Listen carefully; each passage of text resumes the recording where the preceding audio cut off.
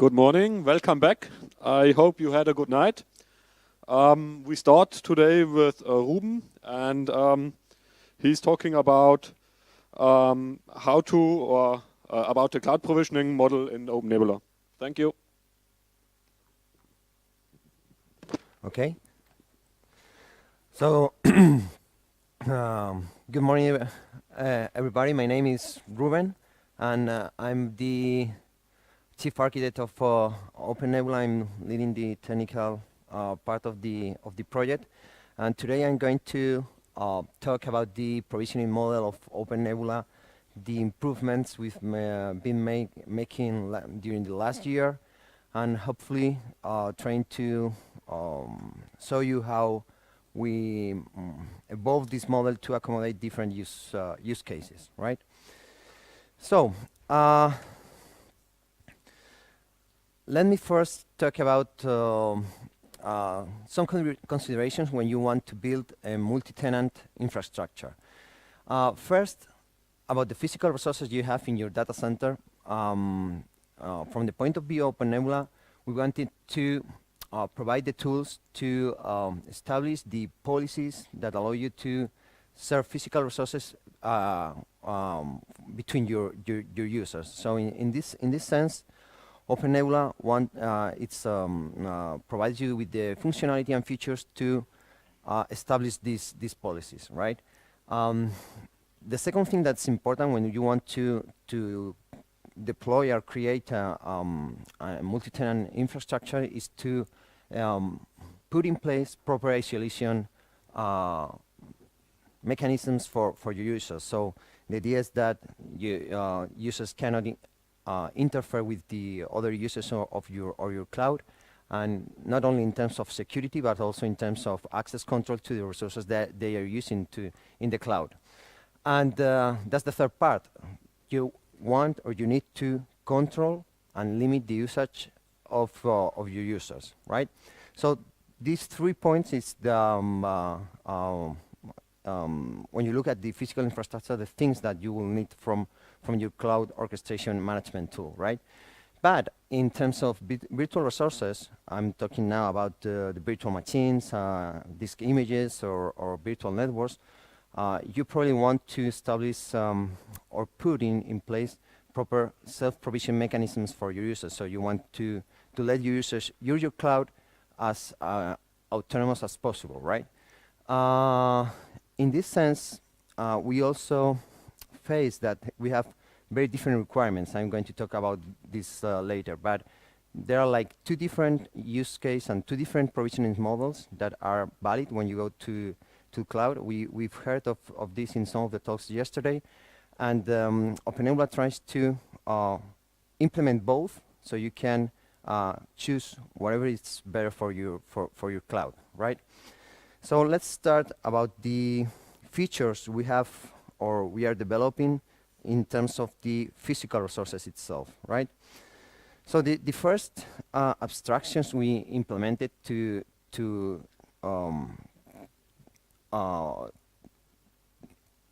reach the goal of having a multi-tenant infrastructure is the cluster. A cluster is a logical group of hypervisors, data stores, and virtual networks. This logical means that you don't have, or they don't have to be in the same rack or in the same physical location. You group them logical for basically 2 different reasons. The first one is placement policies. If you have clusters, you can establish allocation policies in terms that a given set of virtual machines are going only to run in a given set of hypervisors, or are they going, or they can only use a given set of virtual networks, or they can use only a given set of images for the virtual disk, right? And the other and the other thing that or the other reason you want to use clusters for is the access control. You can devise allocation or access control rules, so users can only use, see, or interact with a subset of your resources of the cloud. So those 2 things, having placement policies, a way you can put or allocate VMs to a given set of resources, and access control policies, a way so you can allocate users to a given set of resources, are the main reasons for using clusters. That's okay, but we have received quite a few requests in terms of clusters, because now clusters or resources can be assigned only to one cluster. So this is a limitation in terms that, for example, it's not straightforward to serve resources, or, for example, all the hypervisors across all the clusters. So in the next release, we are we want to implement both this concept, so you can assign the same resource, for example, a hypervisor, to different clusters. So that can be served across clusters, and it should be easier to establish resource sharing rules. What we are seeing right now with our model is that sometimes the infrastructure evolves to isolated silos of resources, so it's not really easy to share the infrastructure across the users. So that's for the next release, right? Okay, so once we have the clusters as an abstraction to group physical resources, we then have its relations with user groups, right? The third reason to use cluster is that they can be used as a resource provider, a way to provide resources to a group of users. So when you define a cluster, it's not only for placement reasons, but only you can think of it like a container for your users. So when you define a user group, you can assign one or more clusters from one or more zones, right? So in this sense, a cluster can be also seen as a resource provider. How do you, two different user groups can serve a cluster. So you have several tools in your hand to limit or control usage. You have quotas, so you can assign a fraction of the cluster to a given group and not to the other. And also, when you assign a resource provider to a user, you are giving to users the ability to self-provision themselves with the infrastructure you set for them. For example, you have the hypervisors in the cluster, so users can allocate VMs in the hypervisors. You assign data stores to the cluster, so users can save VMs in those data stores, or can create disk images in those data stores. And with the last release, where we implemented security groups, users can even self-provision virtual networks, because you assign a network to the cluster, and the users can reserve an address space from the network that it's implemented as another virtual network, and they have their own virtual network. So self-provisioning, when you establish a resource provider for the group of users, means provisioning across all the three types of resources, in terms of I can allocate VMs on the hosts, I can allocate disk images on the data stores, and I can allocate my virtual networks on the virtual network I assign to the cluster. So in the also, when we receive feedback about this, we receive quite a few times the ability to somehow show the users how many resources they've been consuming in infrastructure. Right now we have the accounting, which is a way to have a picture or a view of the resources consumed by a user. But usually that's not enough.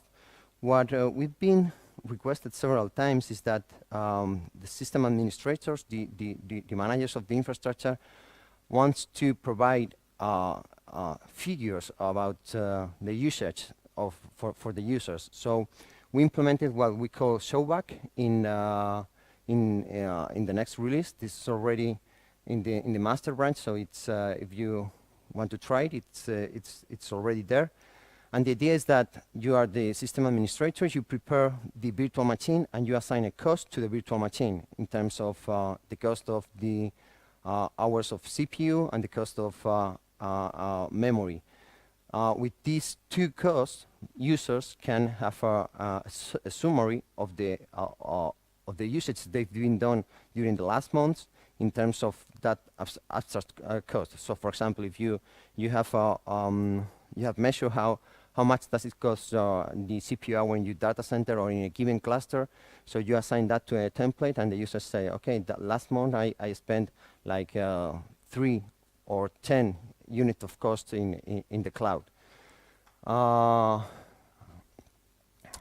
Okay, on next one. So we have clusters, we have the group of users groups, and we have the ability of assigning clusters to a group. These two concepts were what we call a virtual data center. You have one or more clusters in one or more zones, and a group of users assigned to them, and that's what we call a virtual data center. A virtual data center also have a special user, what we call the vDC admin, which is the administrator of the virtual data center, but it only manages the user, the logical part of the data center. The infrastructure part of the data center, the cluster, it's managed by the infrastructure manager, but the users, the quota usage for the users of the group is managed by the virtual data center admin. So that's a way to delegate the users management part of the infrastructure to the vDC admin, and keep the infrastructure management to the sysadmins, right?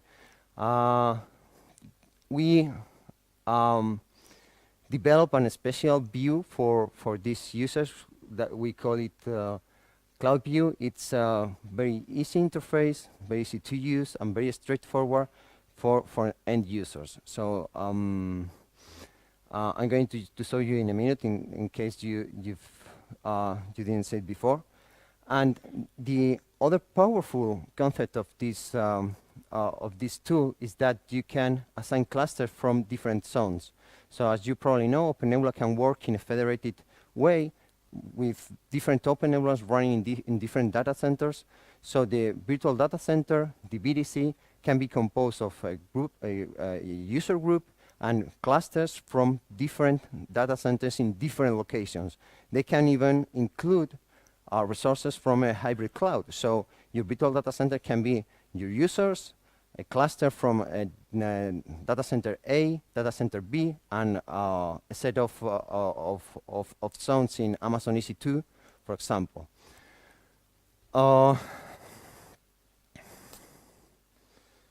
Okay, so you have your cloud, you have prepared your clusters, you have your groups, you even can have vDC admins for your groups. How do you bootstrap the cloud? How do you prepare the content of the cloud? We think that there are three, this can be done in 3 steps. The first thing is that you have to prepare the disk images for the virtual machines.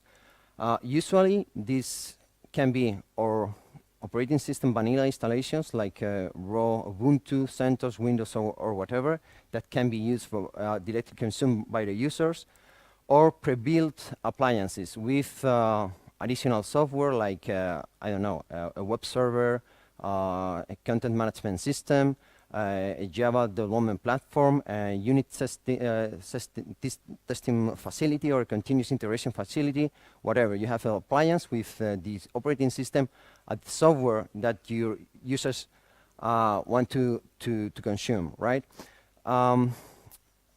We also have the ability to upload this content from the users, so the users can prepare the images and upload it through Sandstorm, for example. But we think that our experience is that in real life this is not very convenient, because you can have clusters with specific configurations, or you can have requirements for your hypervisors that your users cannot deal with, or they cannot reproduce in their laptop when they're preparing the images.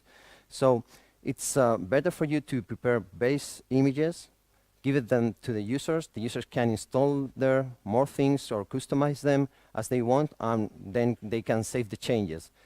One important thing when you're preparing the images is that probably you will like to leverage context.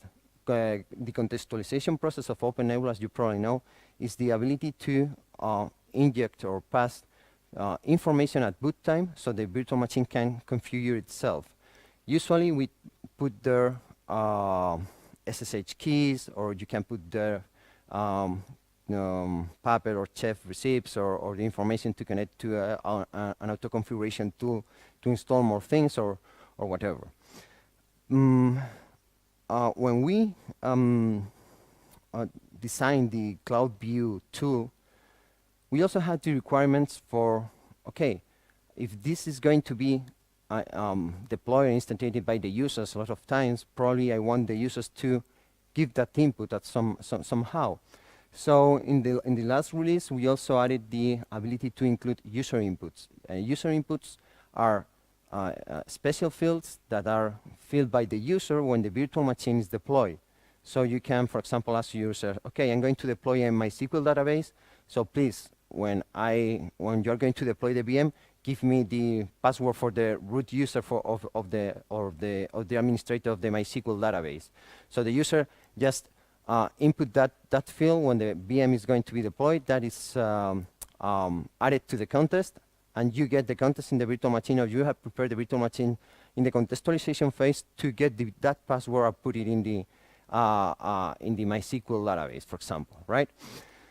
Okay, so once you have prepared and you have your disk images ready, the next step is prepare the connectivity for your virtual machines.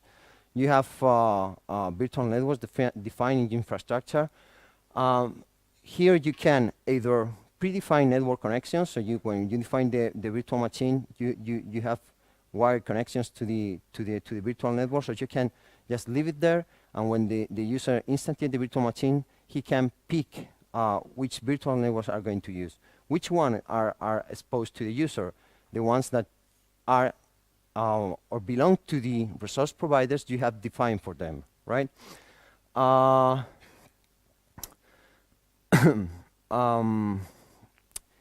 Regarding networking, in the next release, we have implemented also security groups, which is basically the same functionality you have in Amazon EC2, quite a little bit extended. So in the next release, you are going to be able to define basically firewalling rules for your VMs. These rules involves inbound traffic. You can define rules applying to any address, a subset or address, and so on. Different protocols, port ranges, and so on. Also, we've included there the virtual network semantics. So you, for example, can establish a rule that applies to all the VMs that are running in a given virtual network,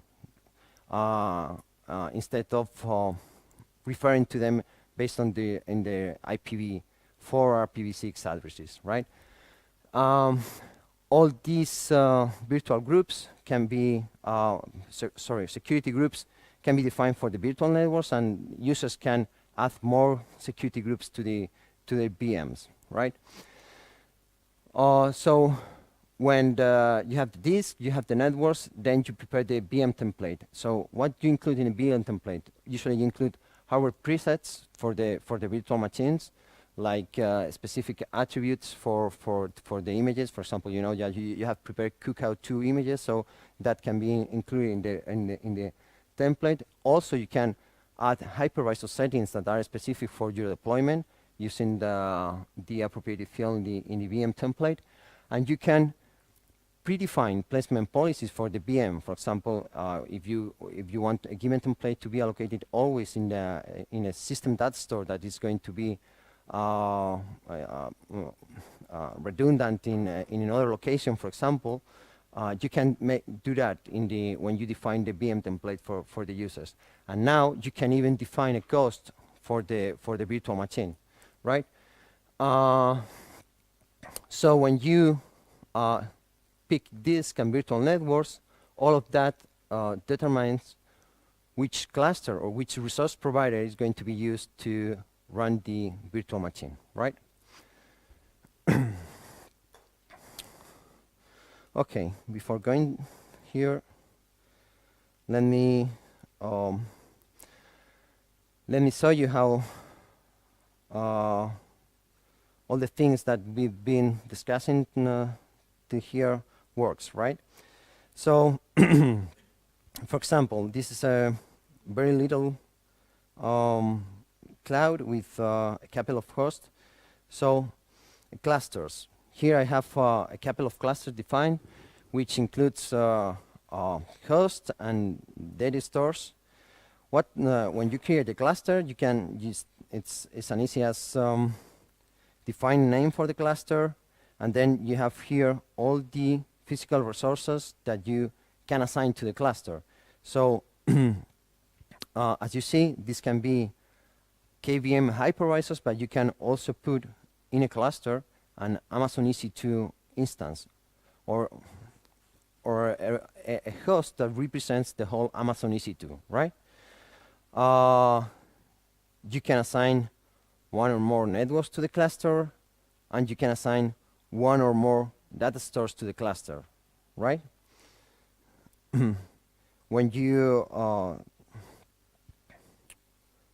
take a look to the data stores, you can even reserve a given amount of CPU of the cluster, so you don't exceed that amount in the host, and you can monitor the resources assigned to the cluster, right? So when you define a group, like this one, you establish some presets for the group, like for example, which Sandstorm views are going to be available for that group, which is the default Sandstorm view for the group. You define which resource providers are going to be allowed or are going to be used for this group. This resource provider can be here in this example. I just have one zone, but if you have several zones, you can pick resource provider from several zones. You can assign all the resources of a given zone, or you can select a cluster or a couple of them to support the group, right? Then you can create a vDC admin, which is the user that is going to manage the user space of the virtual data center, and you can define a specific rules for the group. For example, I don't want this group to create images, or I don't want this group to create virtual networks or documents if they are not going to use the OneFlow tool, for example, right? Once you have a group, you can take a look to the basic information. You can set quotas for them in terms of, for example,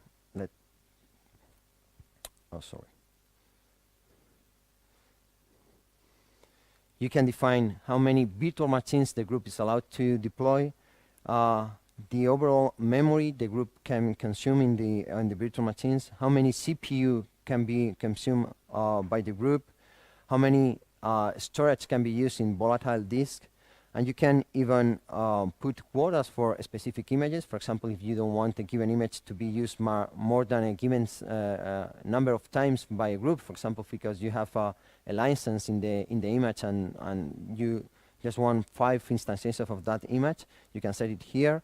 Or the number of network releases. You, for example, want to limit the number of IPs that a group can use, you can set it here. Also, you can set quotas for data stores, the amount of disk space you allow to the group to use of a given data store, right? Then you can update the resource provider of the group. You can get basic accounting information of the group, and this is the well, I'll show you this in a moment. The same thing is for the users. Here we have a user in the group, and this special user, which is the group admin. So how is this really implemented? When you define this resource provider access, or you define a virtual data center admin, what you are doing is, or what opennebula is doing, is setting up a set of ACLs for you. So for example, we have an ACL that says that the big data group can access all the resources, host virtual networks and data stores in cluster 102, for example. And we say that the BD admin user can manage users of group big data. So this means that this vDC admin can remove, add, or create users for you. As you see, if you don't, or you need to tune this default behavior, you can always do it by updating the ACL rules that is created, automatically created by opennebula when you define the group, right? And templates. How do you define a template? There are quite a bit options here. The important ones is that when you prepare a template, you put a name to it, like a test Linux installation. You can have a description here for your users. This is going to be later shown to them when they pick. You can even put a logo to the VM. You can predefine the capacity of the VM in terms of the memory and CPU. You can assign a cost. For example, the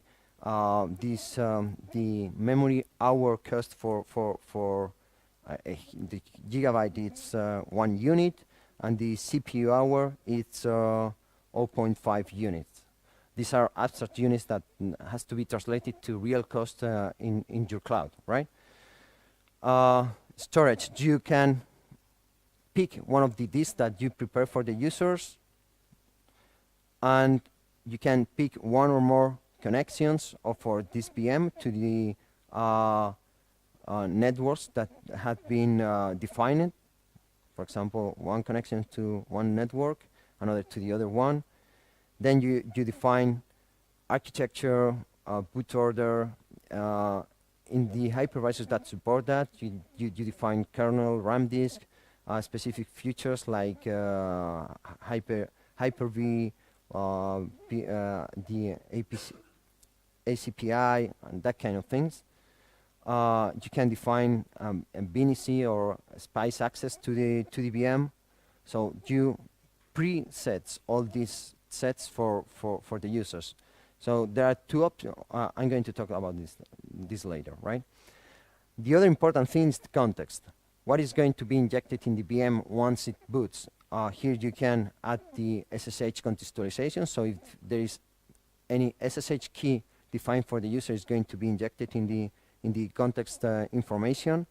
You can add files to there, and this is the new user input things. For example, if you say, I want you to add the MySQL password, this is of type password, and here you can put a description for it. When the user starts this VM, it's going to be asked for a MySQL password. So if you have prepared the disk to have a MySQL installation, and you have prepared the VM to set the password, getting the password from the context when it boot up, that's going to happen. So you can automate all the process to provision a VM for your users, right?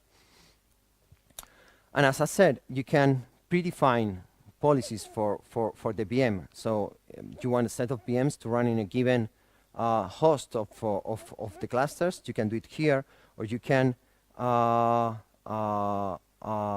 define a policy, like, for example, I want to apply a packaging policy in this cluster. This means that I'm going to try to pack all the VMs in the hypervisors for a given resource provider, or the opposite. I can pick a stripping policy for these templates, so I'm going to try to spread all the VMs in the hypervisors.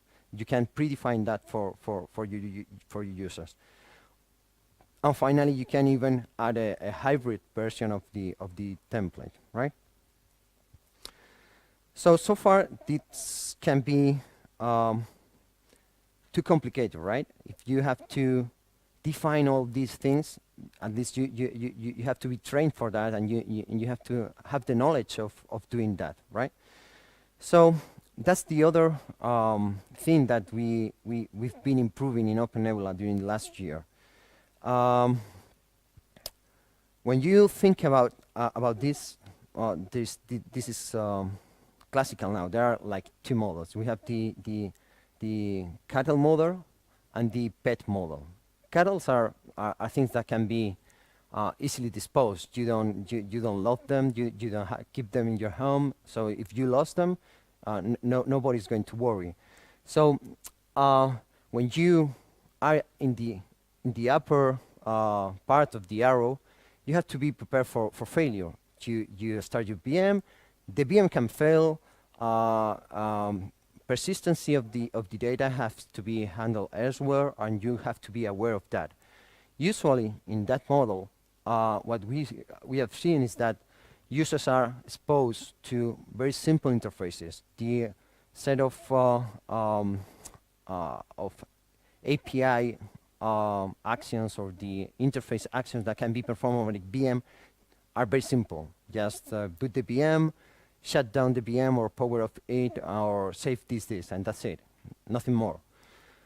And they don't have a very rich view of the VM, as I saw you previously. They don't know the all the storage networking connections, if it's a cookout to image back in the VM, and so on, right?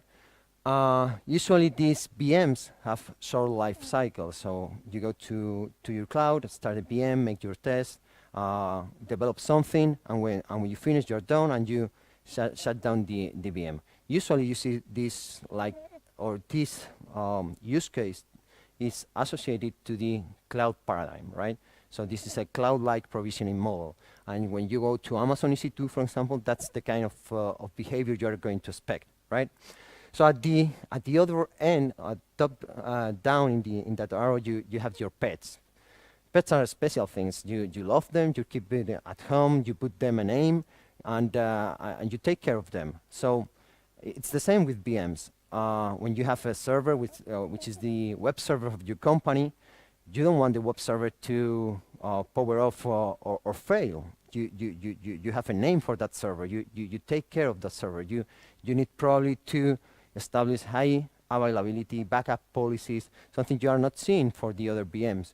Even you need richer interfaces, because, for example, if you have to maintain a given hypervisor, you want to live migrate your web server of your company to maintain the original hypervisor, right? And usually those are for long-lasting life cycles. So those are virtual machines that are boot, that you upgrade, that you apply security patches. That's virtual machines with long life cycles. So that kind of interaction is what you expect for tools like vSphere, right? If you have experience with VMware products, if you set up a vSphere cluster, that kind of rich functionality, that kind of interaction is what you get from them, right? So where are we? We are somewhere in between, right?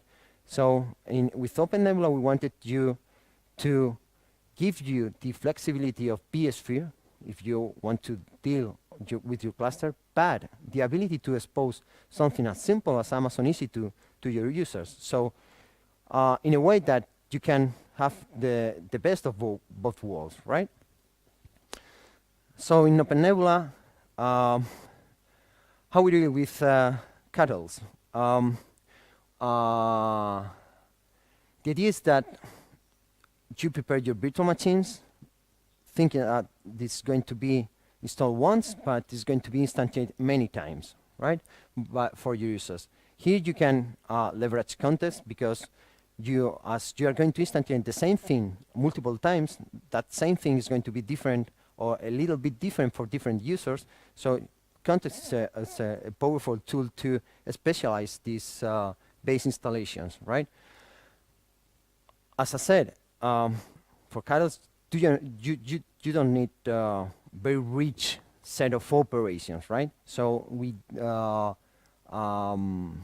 define or designed a very simple graphical user interface, which is CloudView, for them, right? But sometimes you have to take care of those cables, right? You have to sometimes you want to persist some of the changes. Sometimes the users take your base operating system installations and install something, and they want that to persist. Right now in OpenNebula we have that, as I will going to show you in a minute, but this support is somehow not complete. So for the next release, we want to implement or improve the persistency operations of the VMs in two ways. The first one is it should be easier to clone VMs. So once you have a VM up running and in a state that you like, it should be easy to say, okay, I want to save this VM for later use. Right now you can go, snapshot the disk and clone the templates, readjust things. So it's it takes you a lot of clicks and editing a couple of times the VM template. So we want to simplify the process. So if you have a VM with several disks, just clone the VM as a template, and you have a new template with a new set of disks that can be instantiated for the user, right, or by the user. And sometimes you want this. We receive a couple of requests also to make that process before deploying the VM. So when you start a VM and you have a disk that is not persistent and is going to be lost, probably you want to clone the disk before deploying and make the new disk persistent and start the VM from it. So that's something that you can do right now, but it again takes you a couple of clicks. So we want also to simplify that process so it's easier for the users. So what's the interface like, just in case you didn't have the opportunity to take a look at it? So I'm logging like a user for a regular user, right? A vDC user, if you like, if you will. So you have a very simple dashboard with the number of running VMs right now, the number of virtual machines you executed, and you can take a look to the virtual machines you have running. That right now I have 2. The virtual machines that you saved for based on one of the virtual machines prepared by the admins, and you have modified too. If you have flows, they should be there, and a basic configuration for the user. So what happens when you start a new virtual machine? So you start with a dialog as simple as this one. Just in one click, you can fire a new virtual machine. Just put here name, like this one. You can pick one of the templates that has been prepared by the cloud administrator. You can pick one of the templates that has been prepared by the vDC admin, or one of the templates that you've saved from your previous work, right? So when you pick one of these, you can just go and start it. But you can change the capacity if you will. For example, this one has one CPU and 128 megabytes as a preset, and it has an associated cost of 128.5 unit of cost per hour, right? But if you as an administrator can define different sizes, so probably I want to increase the capacity or whatever, right? As we saw previously, you can predefine network connections, but the user can update that. So this cluster or this user have access to the public network and the private network. So he can update the connection, so you can prepare plain templates with no networking connection, and the user can pick the one he wants to bind the VM to, right?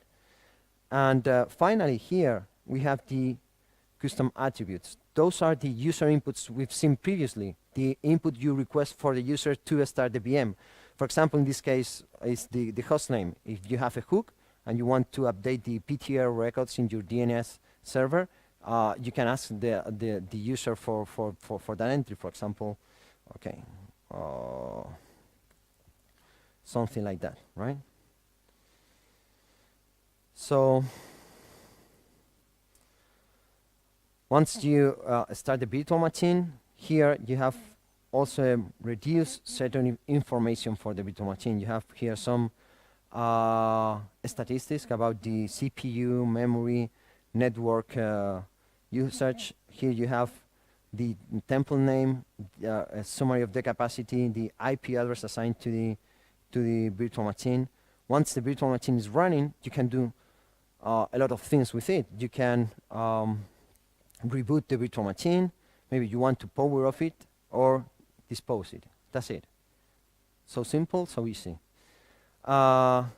Maybe you can, or you would like to have access to the virtual machine. Here you cannot see it, but if you take a look to the host name, I don't know, it's going to work the thumb. If you take a look to the, no, it doesn't work. Well, oh yeah. Here you can see my server, which is the my server input that I use when I define the virtual machine. So I have this virtual machine prepared to get that input and update the host name of the VM, right?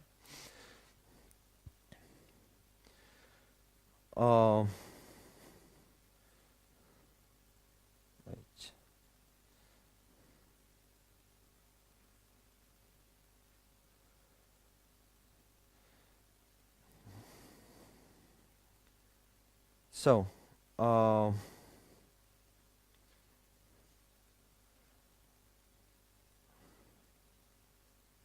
this is a preview of we've done about the softback. So this user can get the softback for different months. And for example, here it said that in December, I spent 473 units of cost in the cloud. If I go to this month, here I have a summary of which VMs produce this cost. So for example, here I say that I spend 469 units of cost in this VM and 4 units of cost in this VM. This is something that's going to be ready for the next release. So I hope you, of course, if you don't have cost associated to the templates when you upgrade your OpenNebula installations, you are not going to see the cost, but it's still useful. For example, here I have the softback for a previous month without cost, and you don't have the cost, but you have a summary of the virtual machines that were used during that month and the number of hours associated to each of the VMs. So that's still useful, even though you don't have cost for the templates, right? Okay, and just to finish, we also have the Samsung view that I'm sure that all of you are aware of, and here you have all the details of the VMs. You can attach disk, attach NIC interfaces. You can live migrate. You can stop, resume. You can stop in the data store and move out away from a hypervisor and so on. And this is what you would expect to take care of your pets, right? So for the next release, we want to do a couple of things to improve this. The first one is cold attach of disk and network interfaces. Right now, the VM has to be running to do that. And in fact, there is no problem to do that when the VM is power off. So that's something we want to fix. And there is also a request we've received plenty of times, is the ability of move a VM across system data stores. When a VM is running a system data store in a given host, probably you want to maintain the data store. For example, you want to upgrade the NetApp storage server, which is backing up the data store. So you want to move the VM from a data store to another one.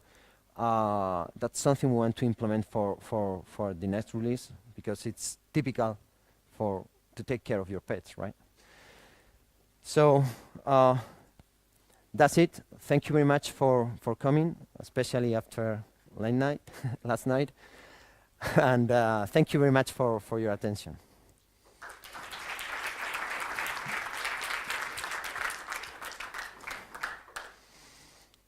Okay. Any questions? No. No one? Okay. Question from me. When is the next release? That's a good one. Yeah. We want to make probably maintenance release, not I would say a quick one, right? Probably around the end of the year or beginning of the next year. That's going to be 4.10.2, I think. And for 4.12, it depends how many things we want to put there. Those I showed you are we want to make those happen. There are a lot of things already done. We have the security groups, we have the SOBAC ready. All of that is already implemented, and